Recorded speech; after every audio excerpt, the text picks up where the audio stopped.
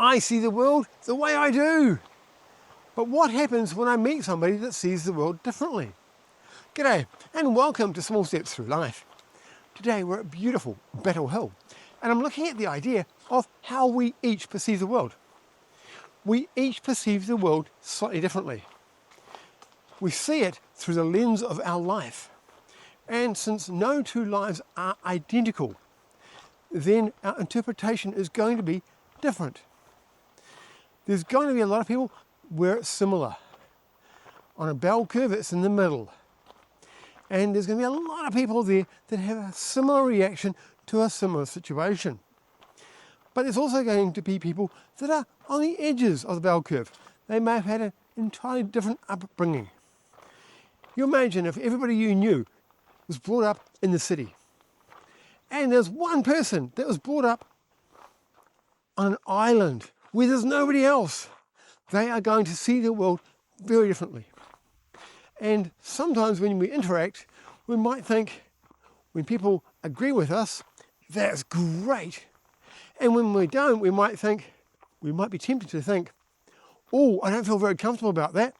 And we might attribute malice to the idea because we don't know what to do with it. But what could we do instead?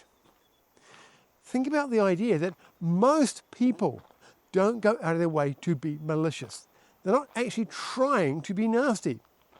And if you look at it that way, then their reaction, say for example, the tendency is ask a question and answer it. And when you ask a particular person, they gather more information. They might say, well, what do you mean?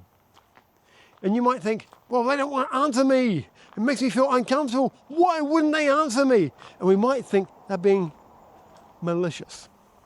But what it could be is that their way of seeing the world is by gathering more information, understand the question. They might want to know why you're asking the question so that when they answer, it's as exact as they can make it. Nothing malicious about that at all. But sometimes we will attribute our uncomfort and their malicious and put them together, even though they're not true. We might still feel uncomfortable. We might think, I wish they would answer.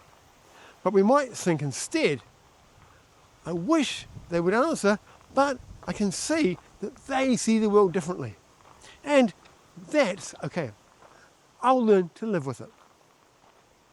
This happens across the board in so many different ways.